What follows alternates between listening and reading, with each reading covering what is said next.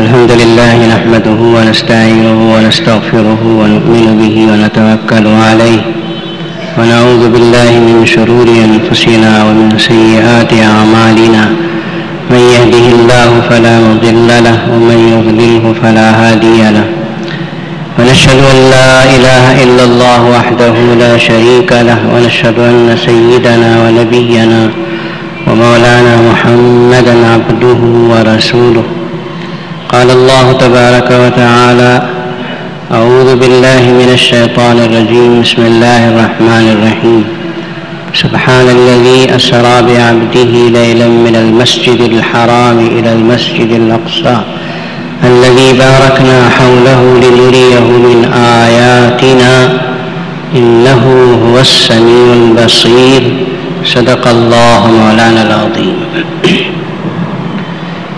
محترم حاضرین، ابھی جو قرآن مجید کی آیت شریفہ اس وقت میں نے آپ کے سامنے تلاوت کرنے کی سعادت حاصل کی ہے، یہ سورہ بنی اسرائیل کی پہلی آیت مبارکہ ہے۔ سورہ بنی اسرائیل کو سورۃ الاسراء بھی کہتے ہیں، اس لیے کہ اس میں اور اس کی پہلی آیت مبارکہ میں اللہ تبارک و تعالیٰ نے معراج کے اور اسرا کے اس واقعے کو بیان فرمایا ہے جو نبی کریم صلی اللہ تعالیٰ علیہ وسلم کے انتہائی اہم معجزات میں سے ایک معجزہ ہے۔ یوں تو سورہ بنی اسرائیل یا یہ سورۃ الاسراء جسے کہا جاتا ہے، یہ ایسی صورت ہے کہ اس میں اللہ تبارک و تعالیٰ نے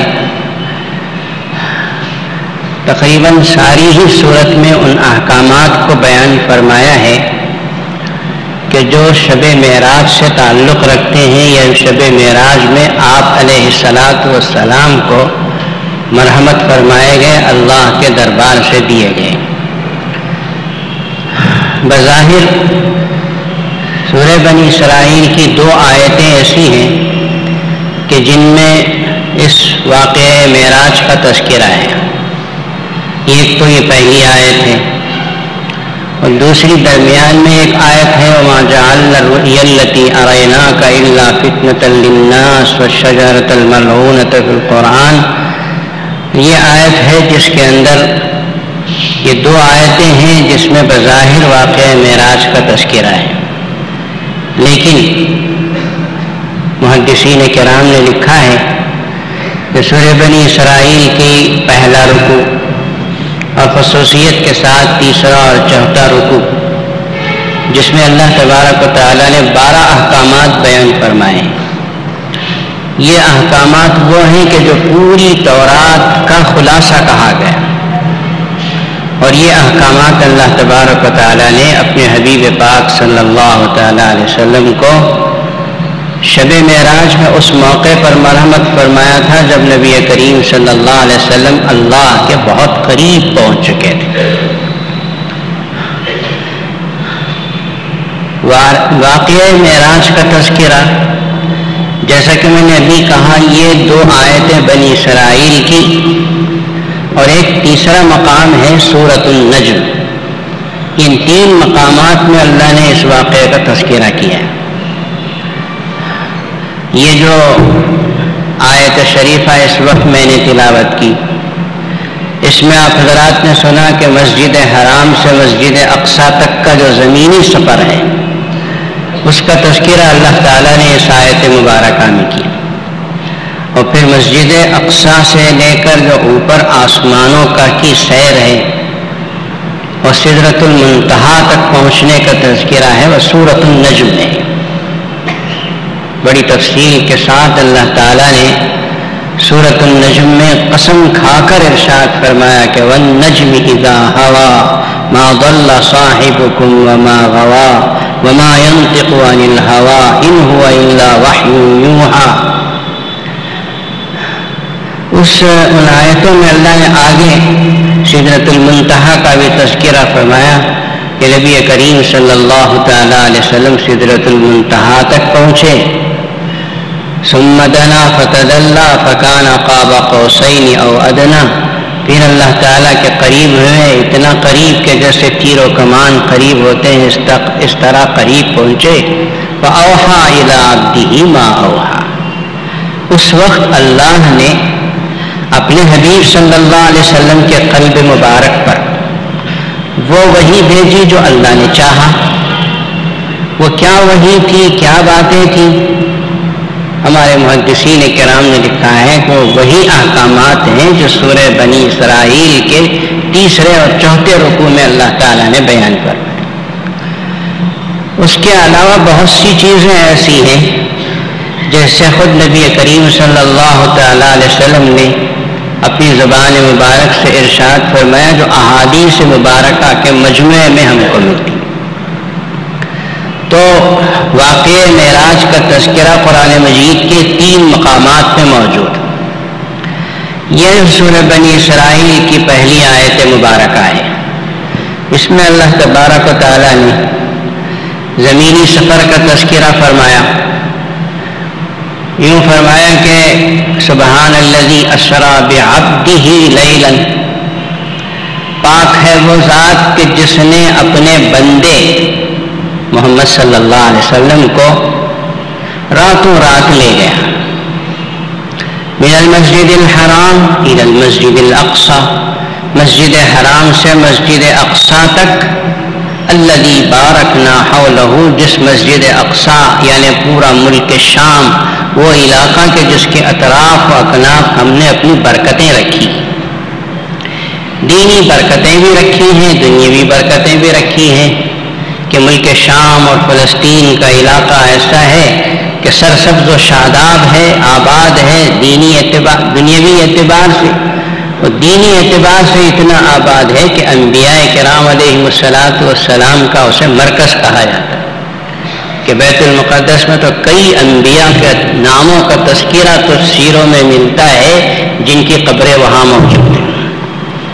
اور بہت سے انبیاء کرام علیہ السلام جو بنی اسرائیل کی طرف بھیجے گئے تھے وہ بیت المقدس کے اندر ان کی عبادت گاہیں بنی ہوئی تھی، ان کے محراب بنے ہوئے تھے جہاں خصوصیت کے ساتھ وہ بیٹھ کے عبادتیں کیا کرتے تھے. جیسے رمضان المبارک میں آپ حضرات دیکھتے ہیں کہ اعتکاف کرنے والے کی کوئی جگہ ہوتی ہے جہاں بیٹھ کے وہ عبادت کرتا ہے. اس طرح بیت المقدس کے اندر انبیاء کی الگ الگ جگہیں اور محرابیں بنی ہوئی تھیں جہاں وہ بیٹھ کے عبادت کیا کرتے. تو یہ دینی برکتیں ہیں. اللہ تبارک و تعالیٰ نے اس کی طرف اشارہ فرمایا کہ مسجد اقصی ایسی مسجد کے جس کے اطراف و اکناف ہم نے یعنی پورے ملک شام میں ہم نے اپنی دینی اور دنیاوی برکتیں پھیلا رکھی. انہ هو السمیع البصیر. اخیر میں اللہ تعالیٰ نے فرمایا کہ سنو بے شک وہ ذات وہ ہے کہ جو بہت سننے والی اور بہت دیکھنے والی. حضرات یہ واقعہ معراج جس کا تذکرہ میں نے ابھی کہا کہ قرآن کی 3 جگہوں میں موجود ہے. آپ حضرات کو یہ معلوم ہونا چاہیے کہ نبی کریم صلی اللہ علیہ وسلم کو اللہ نے معراج کا شرف دے کر اتنا اونچا مقام مرحمت فرمایا کہ کسی انسان اور کسی مخلوق کو تو کیا کسی نبی کو تک وہاں پہنچنا نصیب نہیں ہوا نہ ہوگا جہاں تک اللہ کے رسول محمد صلی اللہ علیہ وسلم پہنچے. ایک مقام رفیع بلند و بالا مقام جو نبی کریم صلی اللہ تعالیٰ علیہ وسلم کو اللہ تعالیٰ نے دیا. لیکن یاد رکھیے مقام جو ملتا ہے تو وہ ابتلا اور آزمائش اور امتحانات کے بعد ملتا ہے. ان مع العسر یسرا ان مع العسر یسرا. ایک تنگی آتی ہے تو اللہ 2 آسانیاں دے دے. ایک تکلیف آتی ہے بندے مومن پر. یہ دو آیتیں جو ہیں مفسرین کرام نے لکھا ہے کہ سورہ علم نشرح میں جو یہ ان مع العسر یسرا ایک ہی طرح کی دو آیتیں آپ پڑھتے ہیں، اس کا مطلب صرف اتنا سمجھ کر رکھیے، عربی قاعدہ آپ نہیں سمجھ سکتے. مطلب یہ ہے کہ مسلمان پر ایک تنگی آتی ہے تو اللہ اس کے پیچھے دو نعمتیں بھیجتے. اسی لیے مسلمان کو حکم ہے کہ تنگی آئی، تکلیف آئی، پریشانی آئی تو صرف اللہ کے لیے صبر کرو، آہو بکا اور اللہ سے شکایت مت کرو. تکلیف آ گئی، یا اللہ تیرا شکر ہے تو نے مجھے یاد کیا. اور جب آدمی کو تکلیف آتی ہے تو بلا اختیار اس کی زبان سے اللہ اللہ نکلتا ہے. دہریہ شخص بھی جو خدا کو نہیں مانتا، اس کو بھی ہم نے دیکھا کہ جب تکلیف آتی ہے تو بلا اختیار اس کی زبان سے کراہتے ہوئے اللہ نکلتا ہے. یا رات میں لیٹا ہوا ہے، ادھر سے ادھر کروٹ بدلتے وقت میں زبان سے اللہ نکلتا ہے، ارے تو اللہ کو مانتا نہیں. یہ ضمیر ہے انسان کا، اس کی زبان سے اللہ نکل رہا ہے. اور قرآن مجید میں اللہ تعالیٰ نے یہ کہا بھی ہے، قرآن مجید میں اللہ نے ارشاد بھی فرمایا ہے کہ جب ہم کسی بندے کے اوپر انعام کرتے ہیں تو بہت یاد کرتا ہے، بہت خوش ہو جاتا ہے. اور جب کوئی تکلیف اسے پہنچاتے ہیں تو ہمیں یاد کرتا ہے شکوے شکایتوں کے ساتھ کہ اللہ میں ہی ملا تھا یہ تکلیف کے لیے. بندے مومن کی شان یہ ہونی چاہیے کہ جب اسے تکلیف پہنچتی ہے تو وہ اللہ کے لیے صبر کرے. تکلیف میں مزہ محسوس ہوگا. حضرات صحابہ کو بہت دن سے تکلیف نہیں آتی، بخار نہیں آتا تو بیٹھ کے مسجد میں رویا کرتے تھے کہ کیوں بخار نہیں آیا، کیوں تکلیف نہیں، کیا اللہ میں نے بلا دیا مجھ کو. تھوڑی سی تکلیف آئے ہم اللہ کو یاد کریں، اللہ کے سامنے روئیں، اس کے لیے صبر کریں، بہت بڑی دولت ہے. اسی لیے حضرت ایوب علیہ السلام تکلیفیں اتنی آئی کہ جسم میں کیڑے پڑ گئے لیکن ایک بھی حرف شکایت زبان سے نہیں نکلا.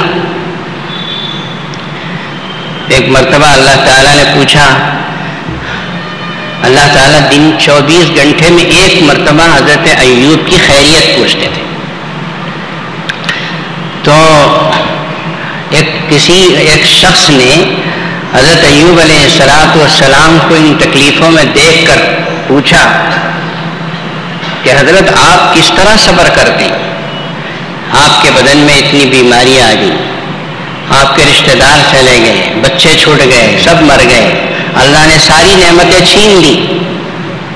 حضرت ایوب علیہ السلام نے فرمایا کہ 24 گھنٹوں میں ایک مرتبہ اللہ مجھے پوچھتے ہیں کہ ایوب کیا حال ہے. 24 گھنٹے اس اللہ کے پوچھنے کے لطف و لذت میں گزر جاتے ہیں. اللہ پوچھتے ہیں کہ ایوب تمہارا کیا حال ہے. تو میں یہ کہنا چاہ رہا تھا کہ تکلیف پہنچتی ہے تو صبر کرو، اللہ کی طرف سے مقام ملے گا. حضور پاک صلی اللہ علیہ وسلم کو جو معراج نصیب ہوئی، اس سے پہلے کا دور اگر آپ سیرت پاک کا پڑھیں گے تو A to Z معراج تک کی جو تاریخ ہے وہ حضور پاک صلی اللہ علیہ وسلم پر تکلیفوں، آزمائشوں، امتحانات، پریشانیوں کے علاوہ اور کچھ نہیں. کیا کیا طریقے سے آپ کو ستایا اور پریشان نہیں کیا گیا. سجدے میں ہے تو مٹی ڈالی گئی، اونٹنی کی اوجڑی لا کے ڈالی گئی، بچہ دانی رکھ دی گئی. نبی کریم صلی اللہ علیہ وسلم کے راستے میں کانٹے بچھائے گئے، بڑے بڑے پتھر رکھے گئے، گڑھے کھودے گئے. ستانے کی انتہا یہاں تک ہوئی، یہاں تک پہنچا کہ آخری سفر طائف تھا جس کے بعد آپ کو معراج نصیب تھی. سفر طائف میں اللہ کے رسول صلی اللہ علیہ وسلم تشریف لے گئے اور وہاں آپ نے دعوت دی. 3 آدمی تھے وہاں کے، طائف کے جو سردار تھے. ایک کے پاس گئے تو اس نے کہا کہ تمہارے علاوہ کوئی اور نہیں ملا اللہ نے کو نبی بنا کر بھیجنے کے لیے؟ ترش روئی کے ساتھ اس نے دھتکار. دوسرے نے بھی ایسا ہی کہا، تیسرے نے بھی ایسا ہی کہہ دیا۔ نبی کریم صلی اللہ علیہ وسلم مایوس ہو کر عام لوگوں سے بات کرنے، عام لوگوں کو دعوت حق دینے کے لیے باہر تشریف لائے تو ان 3 سرداروں نے آپ کا پیچھا نہیں چھوڑا، بلکہ اوباش لڑکوں کو آپ کے پیچھے لگا دیا، اور جنہوں نے آپ پر پتھر برسائے۔ تاریخ تو آپ نے بارہا سنی ہے، ہم نے بھی آپ کو سنایا ہے کہ آپ کا بدن مبارک کو کوئی ایسا حصہ نہیں تھا بدن کا جہاں پتھر نہ لگا ہو، خون نہ بہا۔ یہاں تک کہ حضور صلی اللہ علیہ وسلم نڈھال ہو کے زمین پہ گر پڑے۔ صحابی عبداللہ بن مسعود اٹھا کر ان کو ایک باغ میں لاتے ہیں، انگوروں کا وہ باغ تھا۔ مکہ المکرمہ کا ایک عتبہ اور شیبہ جو 2 نام ہیں، بڑے بڑے مالدار قسم کے لوگ تھے اس زمانے کے، اس کا باغ تھا، وہ خود بھی باغ میں بیٹھا ہوا ہے۔ حضور صلی اللہ علیہ وسلم کو لا کے باغ میں لٹایا گیا۔ صحابی نے عرض کیا کہ یا رسول اللہ ان لوگوں کے لیے بد دعا کیجئے، آپ کی دست مبارک اٹھے۔ صحابی سوچ رہے تھے کہ شاید آپ بد دعا کر دیں، طائف روئے زمین سے مٹا کر رکھ دیا جائے گا، لیکن رحمت للعالمین نے دعا کی، اللہم اغفر قومی فإنہم لا یعلمون، اے اللہ میری اس قوم کو معاف کر دیں، میرے مقام و مرتبے کو نہیں جانتا۔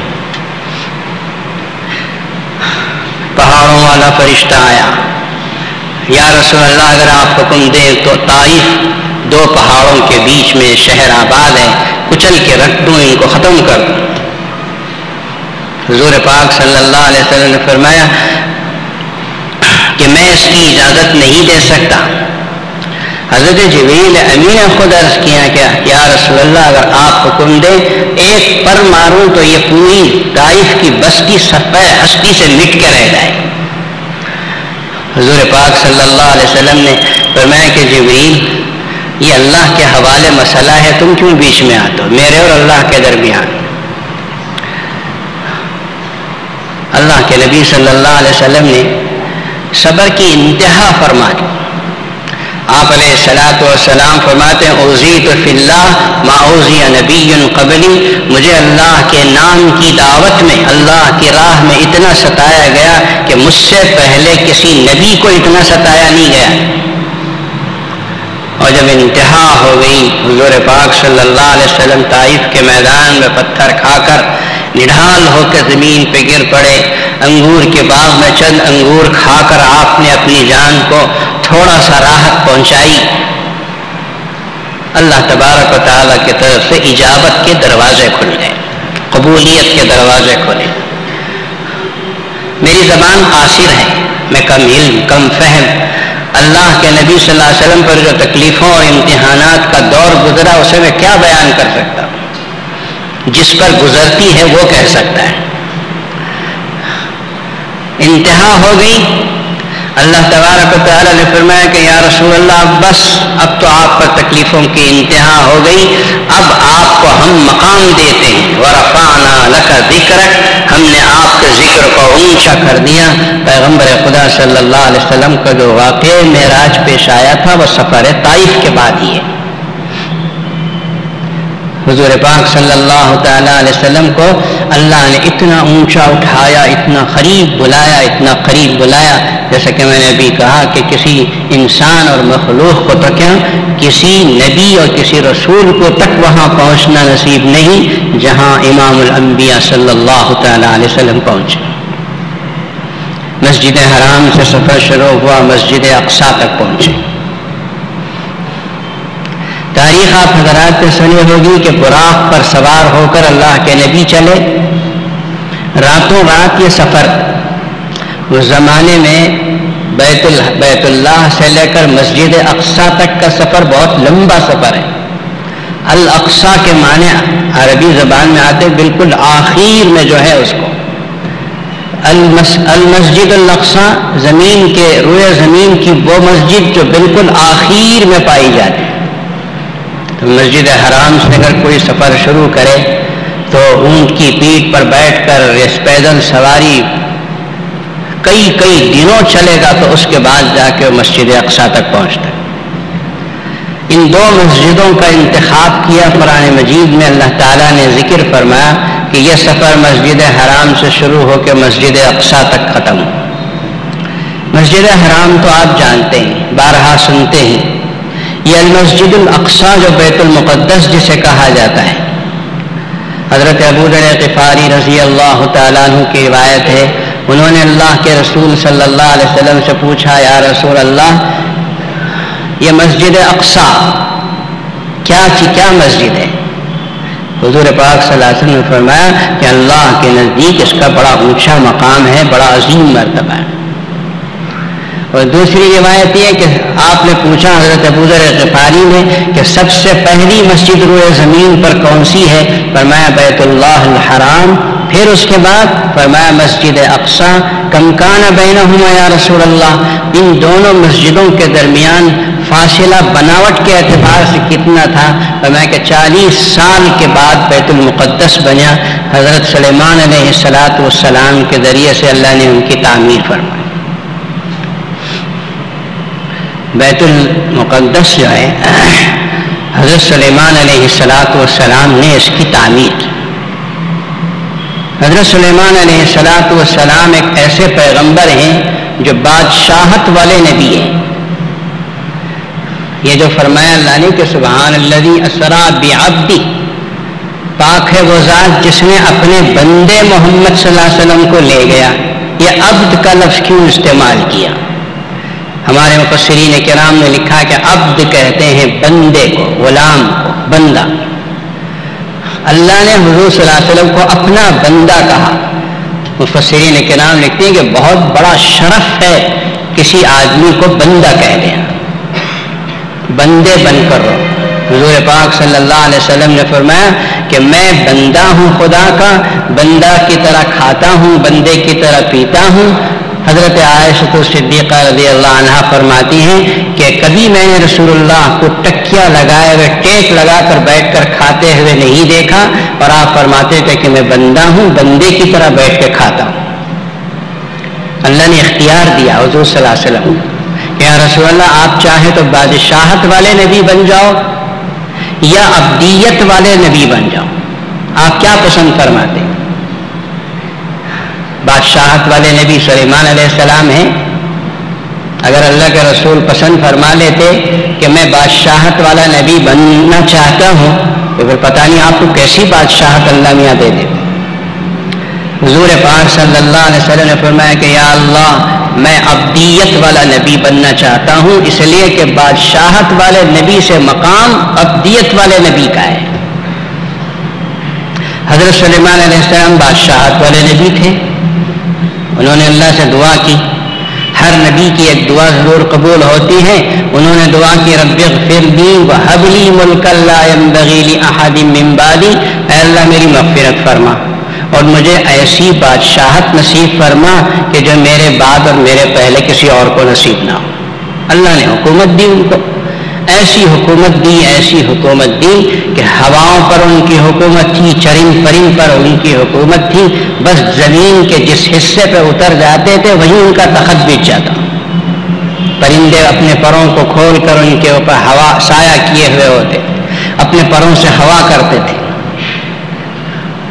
جنات ان کو مسخر تھے، جو بھی ضرورت پڑتی تھی جنات کو حکم دیتے وہ کام ہو جاتا۔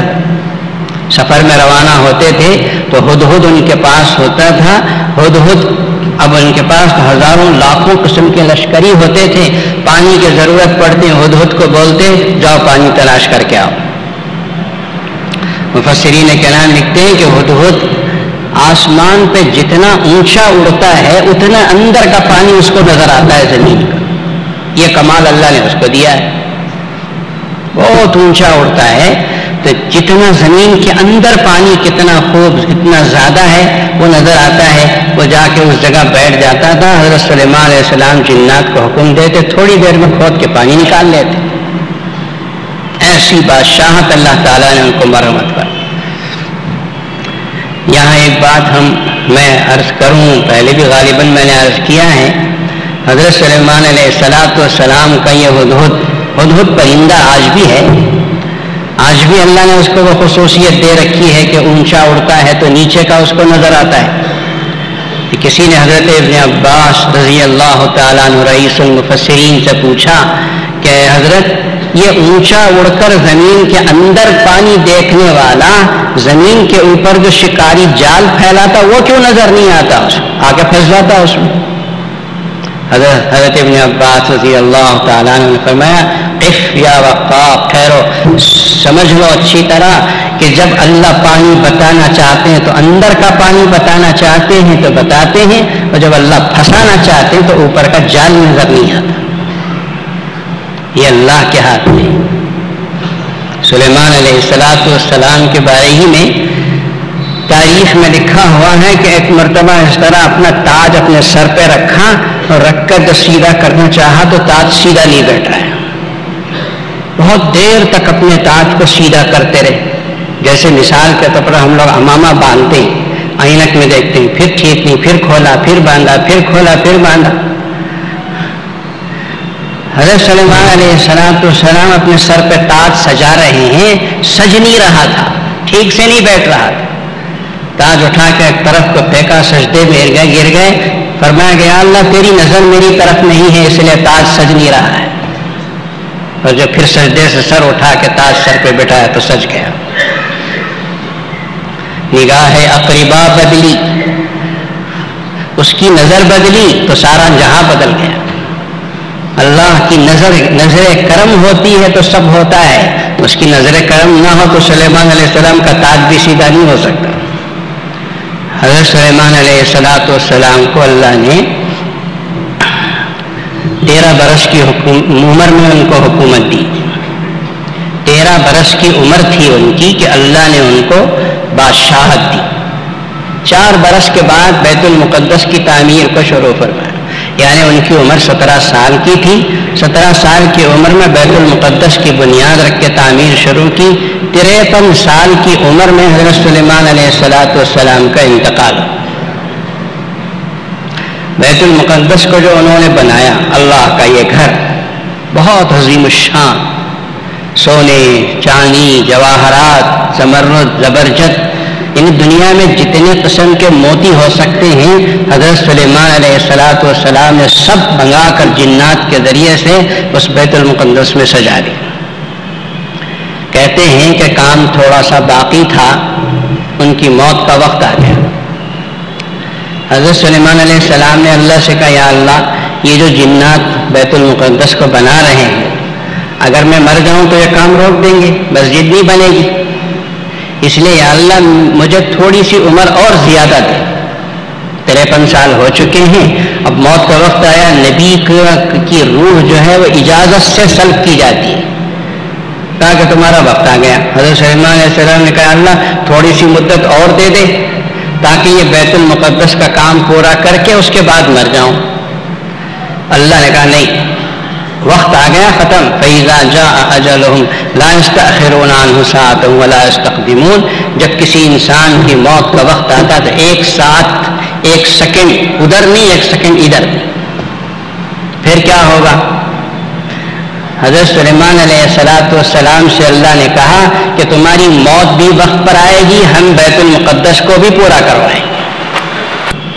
سورہ سبا میں ہے قرآن مجید میں کہ اللہ تعالیٰ نے حضرت سلیمان علیہ السلام ان کا ایک جگہ کھڑے ہو کر تعمیر کو دیکھنے کا ایک معمول تھا، وہاں اپنا عصا ٹیک لگا کے کھڑے ہو گئے اور ان کی روح قبض ہو گئی. حضرت سلیمان علیہ السلام کا لاشا، ان کی لاش لکڑی کے ان کے عصا کے اوپر ٹیک لگائے کھڑی ہے اور جنات دیکھ رہے ہیں کہ حضرت پیغمبر کھڑے ہیں، برابر کام کر، دن رات کام کرتے چلے جا رہے ہیں. اس زمانے میں لوگوں میں مشہور تھا کہ جنات جو ہیں وہ غیب کی باتیں جانتے ہیں. غیب تو اللہ کے علاوہ کوئی نہیں جانتا. لا یعلم الغیب الا اللہ. اللہ غیب کی باتیں جانتے ہیں، اللہ کے علاوہ کسی کو غیب کا علم نہیں. ادھر حضرت سلیمان علیہ السلام کا انتقال ہو کے لاش جو ہے وہ لاٹھی پہ ٹیک لگائے کھڑی ہے اور ادھر جنات آپ کو زندہ سمجھ کے برابر کام کرتے چلے جا رہے ہیں، یہاں تک کہ بیت المقدس کا کام ختم ہوا اور یہاں لکڑی کو حضرت سلیمان علیہ السلام کے عصا کو دیمک میں چاٹ کر جو لکڑی گری تو حضرت سلیمان علیہ السلام کی لاش پہ زمین پہ گری. فلما خر تبینت الجن ان لو كانوا يعلمون الغیب ما لبثوا فی العذاب المہین، جب وہ عصا ٹوٹ کر گرا اور حضرت سلیمان علیہ السلام نیچے گرے تو اس سے ظاہر ہو گیا کہ یہ جنات غیب کی باتیں نہیں جانتے. اگر جانتے ہوتے تو جیسے ہی سلیمان علیہ السلام کا انتقال ہوا ان کو خبر ہو جاتی، نہیں ہوئی. بیت المقدس کا کام پورا بھی ہوا اور وقت پر حضرت سلیمان علیہ السلام کی موت بھی. اور بعض روایتوں میں یہ بھی آتا ہے کہ کام کے ختم ہونے سے پہلے جب حضرت سلیمان علیہ السلام کو اطلاع ہو گئی کہ اب ملک الموت کا فرشتہ آنے والا ہے، اجازت لینے والا ہے، تو حضرت سلیمان علیہ السلام نے کام چونکہ قریب الختم ہو چکا تھا، گویا ختم ہو چکا ہے، تو آپ نے بیت المقدس کے اتنے بڑے عظیم الشان کام کی تعمیر کے سلسلے میں اللہ تبارک و تعالیٰ کا شکریہ ادا کیا. ہزاروں بھیڑ بکرے کاٹے، ذبح کیے، لوگوں کو دعوت کی اور انہوں نے 5 دعائیں کی اللہ تعالیٰ سے. ایک دعا یہ کی کہ یا اللہ میری اس مسجد بیت المقدس کے اندر اپنی دنیا کی غرض سے بھی اگر کوئی آدمی آتا ہے اور یہاں آ کے توبہ کرتا ہے تو اس کی توبہ قبول فرما. کوئی امن مانگنے کے لیے آتا ہے تو اس کو امن عطا فرما. کوئی بیماری کی شفا مانگنے کے لیے آتا ہے تو اس کو شفا عطا فرما. ایسی 5 دعائیں حضرت سلیمان علیہ السلام نے مانگی اور اللہ تبارک و تعالیٰ نے ساری دعاؤں کو قبول فرما. 2 قبلے ہیں، ایک بیت اللہ الحرام ہے اور دوسرا بیت المقدس ہے. یہ سورہ بنی اسرائیل کا پہلا پورا رکوع آپ ترجمہ پڑھ لیجئے اور میری ان تشریح کو سامنے رکھیے کہ اللہ تبارک و تعالیٰ نے بیت اللہ جو قبلہ ہے اس کی حفاظت کا ذمہ اپنے اوپر لے لیا ہے. اس کی حفاظت اللہ کر رہے ہیں. چنانچہ ابراہا نے لشکر لے کر آیا ہاتھیوں کا تو اللہ نے اس کو مکے میں داخل ہونے سے پہلے ہی پرندوں کا لشکر بھیج کر ختم کر دیا. الم تر کیف فعل ربک باصحاب الفیل، اس صورت میں اللہ نے اس واقعے کو بیان. اب یہ بیت اللہ الحرام، اس کی حفاظت کا ذمہ اللہ نے اپنے اوپر ہے. بیت المقدس یہ بھی مسلمانوں کا قبلہ ہے، اس کی حفاظت کا ذمہ مسلمانوں کے اعمال پر منحصر ہے. مسلمانوں کا عمل درست ہوگا اللہ تعالیٰ اس کو مسلمانوں کے ہاتھوں میں دیں گے. مسلمانوں کا عمل غلط ہوگا تو مسلمانوں کے ہاتھ سے نکل کے دشمنوں کے ہاتھ میں ہوگا.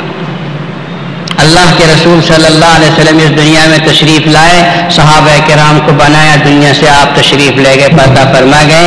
حضرت عمر فاروق رضی اللہ تعالیٰ عنہ کا زمانہ تھا، چاروں طرف امن و امان، اسلام کی حکومت تھی، تو اللہ نے بیت المقدس یہودیوں کے ہاتھ سے چھین کر مسلمانوں کے ہاتھ میں دیا. لڑائی نہیں، یہودیوں نے خود کہا کہ ہم بیت المقدس کی کنجی تمہیں دینے کے لیے تیار ہیں، لیکن شرط یہ ہے کہ تمہارے امیر المومنین کو بلاؤ.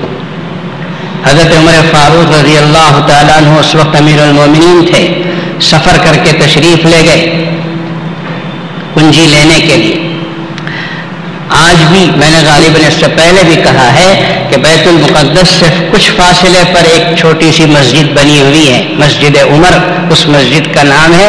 تاریخ میں لکھا ہوا ہے کہ حضرت عمر فاروق رضی اللہ تعالیٰ عنہ بیت المقدس کی کنجی لینے سے پہلے وہاں 2 رکعت نفل نماز پڑھتے ہیں، وہاں مسجد بنی. اس وقت مسجد ویران تھی. حضرت عمر فاروق رضی اللہ تعالیٰ نے کنجی لی اور اس کو آباد کیا. اس وقت سے نماز اس میں جاری ہے. انہیں مسلمانوں کے ہاتھ میں مسلمانوں کا عمل درست ہوا تو اللہ نے بیت المقدس کو مسلمانوں کے ہاتھ میں واپس کر دیا. پھر زمانہ اب گزرا ہے، مسلمانوں کا عمل بگڑا ہے. عرب حکمرانوں کو عیاشی کرتے ہوئے پایا گیا، ان کے ہاں شراب پانی کی طرح پی جا رہی، عیاشی ہے. عرب ممالک کے اندر آج اسلام کا نام ہے، اسلام کا دورہ نہیں ہے. نتیجہ یہ ہے کہ چند لاکھ یہودی کروڑوں اربوں کے سینے کے اوپر مون ڈل رہے ہیں اور بیت المقدس کو نقصان پہنچا رہے ہیں. یہ اٹل فیصلہ ہے. یہ سورہ بنی اسرائیل کے پہلی رکوع کی تشریح میں حضرت مفتی شفیع صاحب علیہ الرحمہ نے بڑی تفصیل سے لکھا ہے کہ بیت اللہ کو چھوڑو، اس کی حفاظت کا ذمہ اللہ نے اپنے اوپر رکھا ہے. اپنے اعمال کو اگر جانچنا چاہو تو بیت المقدس کو دیکھو. بیت المقدس جب تک دشمن کے ہاتھ میں ہے سمجھ لو کہ تمہارا عمل درست نہیں ہے. اللہ کے نظر میں بیت اللہ کے بعد، مسجد نبوی کے بعد سب سے اونچا مقام اس روئے زمین پر اگر کسی مسجد کا ہے تو المسجد الاقصی الذی بارکنا حولہ لنریہ من آیاتہ۔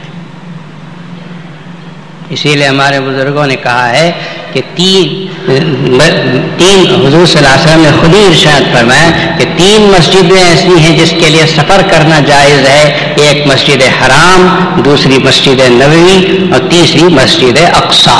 25,000 نمازوں کا ثواب ملتا ہے ایک فرض نماز اگر کوئی بندے مومن مسجد اقصی میں نماز پڑھتا۔ اللہ کے نبی صلی اللہ علیہ وسلم یہاں سے وہاں تک سفر کر کے تشریف لے گئے، درمیان میں بھی کئی منزلیں تھیں۔ مسجد اقصی میں اللہ کے نبی صلی اللہ علیہ وسلم کی آمد مبارک کے موقع پر سارے ہی انبیاء کرام علیہ السلام کو اللہ نے وہاں جمع کیا۔